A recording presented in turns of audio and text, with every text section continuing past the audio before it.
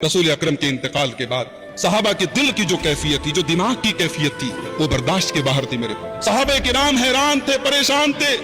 हजरत उमर फारूक रजी अल्लाह ताला वो तो ये मानने के लिए तैयार ही नहीं थे कि मेरा रसूल दुनिया से जा सकता है, मेरे रसूल का इंतकाल हो सकता है। हजरत उमर कहते थे नहीं नहीं, जो ये बात कहेगा उमर उसकी गर्दन मार देगा, उमर उसको कत्ल कर देगा, ये झूठ है, ये गलत बात है। मूसा अलैहिस्सलाम कूहे तूर पे गए थे, 40 दिन के बाद लौटे थे। मेरे रसूल भी गए हैं और लौटेंगे और उन लोगों को सबक सिखाएंगे जो ये कह रहे हैं अल्लाह के रसूल का इंतकाल हो। मगर इस मौके पर हजरत अबू बकर सिद्दीक रजी अल्लाह तआला अन्हु ने जो किरदार अदा किया है और जिस होशियारी का और जिस जहानत का और जिस दूरंदेशी का सबूत दिया है मेरे भाइयों, वो हजरत अबू बकर ही का खासा हो सकता है। हजरत अबू बकर आते हैं, अल्लाह के रसूल का इंतकाल हो चुका है, हुज्रे आयशा में आपका जिस्म मुबारक आपके बिस्तर पर है।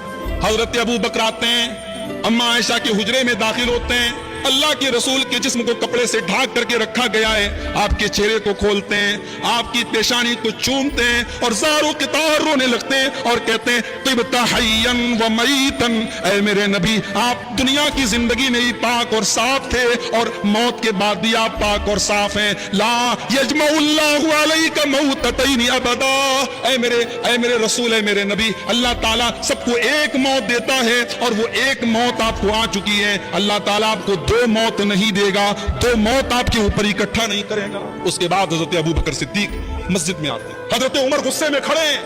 हजरत अबू बकर कहते हैं बैठ जाओ, अला रिस्लिका, थोड़ा सुकून से काम लो। लेकिन हजरत उमर की पोजीशन में फर्क नहीं है, या खड़े हैं। हजरत अबू बकर सिद्दीक आते हैं और हदीस के अल्फाज है मिंबर पे नहीं खड़े होते, मिंबर के पहलू में, मिंबर के बगल में खड़े होते और खड़े होकर के खुतबा देते हैं। और उस खुतबे में हजरत अबू बकर सिद्दीक रजी अल्लाह तआला अन्हु सूरह आले इमरान की आयत नंबर 144 की तिलावत करते हैं। वमा मुहम्मदुन इल्ला रसूल कद खलत मिन क़ब्लिहि रुसुल अफ़ इन माता औ क़ुतिला क़लबतुम अला आक़ाबिकुम। ओ लोगो, मोहम्मद तो एक रसूल हैं, उनके पहले भी रसूल गुजर चुके हैं। अफ़ इन माता, अगर उनको मौत आ जाए, औ क़ुतिला, या उनको शहीद कर दिया जाए, इन क़लबतुम अला आक़ाबिकुम, तो क्या तुम अपनी एड़ियों के बल पलट जाओगे, क्या तुम मुर्तद हो जाओगे। वमन यनक़लिब अला अक़िबैहि, और जो अपनी एड़ियों के बल पलट जाए, फ़लन यज़ुर्रल्लाह शैआ, वो अल्लाह का कुछ भी बिगाड़ नहीं सकता, वो अल्लाह का कोई नुकसान नहीं कर सकता।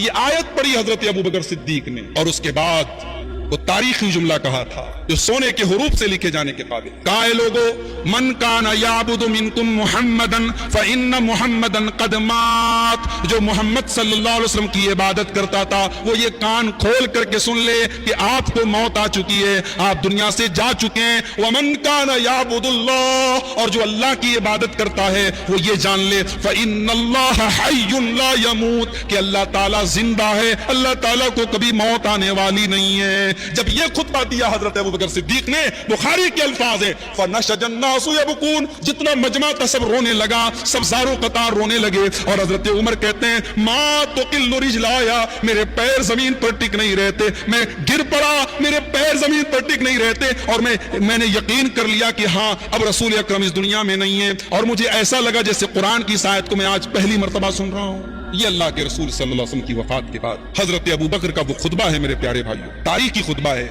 जिस खुतबे ने हजरत उमर को भी ये तस्लीम करने पर मजबूर कर दिया कि अल्लाह के रसूल अब इस दुनिया में नहीं है, आपका इंतकाल के बाद हजरत उम्मे ऐमन रजी अल्लाह तआला अन्हा, इनके पास हजरत अबू बकर और उमर अक्सर जाया करते थे क्योंकि ये रसूल की बड़ी महबूब सहाबिया थी।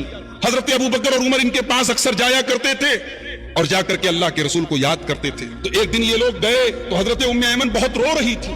तो हजरत अबू बकर और हजरत उमर ने तसल्ली दी कि ऐ उम्मे ऐमन, इतना क्यों रोती हो, मौत का वक्त मुतय्यन है, अल्लाह के रसूल की मौत का वक्त आया, अल्लाह ने आपको बुला लिया, इसमें इतना रोने की क्या बात है। तो उम्मे ऐमन क्या जवाब देती हैं, मैं इस बात पर नहीं रो रही हूँ कि अल्लाह के रसूल सल्लल्लाहु अलैहि वसल्लम का इंतकाल हो गया, मैं इस बात पर रो रही हूँ कि अब जिब्रील दुनिया में वही लेकर के नहीं आएंगे, कुरान की आयतें उतरना अब बंद हो गई, वही का नुज़ूल अब बंद हो गया। अल्लाह की तरफ से जब वही का नुज़ूल होता था, उसकी जो खैर बरकत जो हमें मिलती थी, अब उसका सिलसिला खत्म हो गया। अब रसूल दुनिया में नहीं है, अब रिसालत खत्म हो गई, अब जिब्रील कभी वही लेकर के दुनिया में। मेरे भाइयों, अल्लाह के रसूल की वफात का ये वाकया हम सब सुनते हैं, जानते हैं, पढ़ते हैं, मगर हमें और आपको एक बात याद रखनी चाहिए, रसूल अकरम की वफात हुई है, अल्लाह ने आपको बुलाया है, آپ دنیا سے رخصت ہوئے مگر آپ کا دین باقی ہے، آپ کی شریعت باقی ہے، آپ کا مشن باقی ہے۔ اگر ہمیں اپنے رسول سے محبت ہے، اگر ہمیں اپنے رسول سے تعلق ہے، تو اس دین کی اشاعت کرنا، اس دین پر عمل کرنا، اس دین کو لوگوں تک پہنچانا جو رسول کا مشن تھا، اس مشن پر ہم سب کو قائم رہنا چاہیے۔ اللہ کے رسول صلی اللہ علیہ وسلم اپنی زندگی میں کہا کرتے تھے، صحیح بخاری کی روایت ہے، آپ کہتے تھے والذی نفسی بیدہ، اس اللہ کی قسم جس کے ہاتھ میں میری جان ہے، ایک دن تمہارے اوپر ایسا بھی ضرور آئے گا یاتی علیکم یوم ولا ترونی، کہ تم مجھے نہیں دیکھ پاؤ۔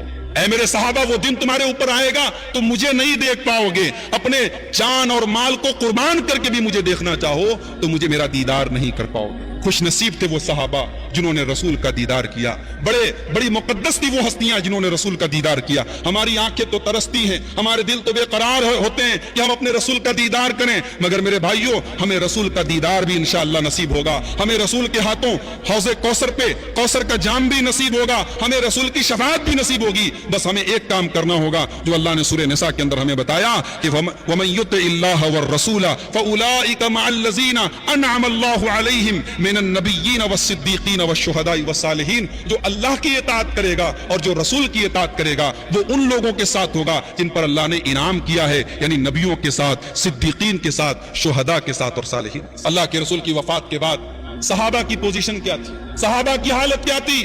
اما عائشہ فرماتی ہیں کانو کالغنم فی اللیلۃ المطیرہ، صحابہ اپنے آپ کو اتنا لاچار اور بے بس محسوس کر رہے تھے جیسے بارش کی رات ہو، طوفانی رات ہو، اور بکریوں کا کوئی ریوڑ ہو اور کوئی ان کا رائی نہ ہو، کوئی نگرانی کرنے والا نہ ہو، کوئی چرواہا نہ ہو۔ اللہ کے پیارے نبی کے صحابہ اپنے آپ کو اتنا بے بس اور کمزور محسوس کر۔ سوموار کو آپ کا انتقال ہوا، بدھ کے روز آپ دفن کیے گئے۔ آپ کو قبر میں اتارنے والے آپ کے اہل بیت تھے، حضرت علی رضی اللہ تعالیٰ عنہ، حضرت اسامہ ابن زید رضی اللہ تعالیٰ عنہ، آپ کے گھر کے چند لوگ تھے۔ آپ کی وصیت تھی کہ آپ کو قبر میں آپ کے گھر والے اتاریں۔ آپ کی جنازے کی نماز کسی نے پڑھائی نہیں، کوئی امام نہیں تھا، صحابہ چھوٹی چھوٹی ٹکڑیوں کی شکل میں آتے تھے اور آ کر کے آپ کی جنازے کی نماز پڑھتے تھے۔ آپ کو جب غسل دینے کی بات آئی، صحابہ کرام حیران رہ گئے آپ کو کیسے غسل دیا جائے، کیونکہ غسل دینے کے لیے آپ کے بدن سے کپڑے اتارنے پڑتے۔ صحابہ کرام کو اتنی جرت نہیں محسوس ہوئی کہ ہم اللہ کے رسول کے بدن سے کپڑے اتاریں۔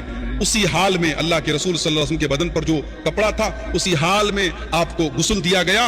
آپ کے بدن کو، آپ کے سطر کو کھولنے کی نوبت نہیں آئی، اور آپ کو غسل دینے کے بعد آپ کے اہل بیت نے، آپ کے گھر کے جو خاص صحابہ تھے جس میں حضرت اسامہ ابن زید اور حضرت علی وغیرہ کا نام آتا ہے، ان لوگوں نے آپ کو بدھ کے روز آپ کو قبر میں دفن کیا گیا۔ میرے پیارے بھائیوں، رسول اکرم صلی اللہ علیہ وسلم کی وفات کا یہ واقعہ جو احادیث کی روشنی میں نے آپ کے سامنے بیان کیا ہے، یہ واقعہ حقیقت میں اتنا دردناک اور المناک اور اتنا جذباتی ہے کہ اس کو جب پڑھا جائے، جب سنا جائے، جب بیان کیا جائے تو آنکھیں اشکبار ہو جاتی ہیں۔ اور ظاہر ہے کہ ہم نے تو اس واقعے کو کتابوں میں پڑھا ہے، حدیثوں میں پڑھا ہے، ہم ذرا ان صحابہ کے بارے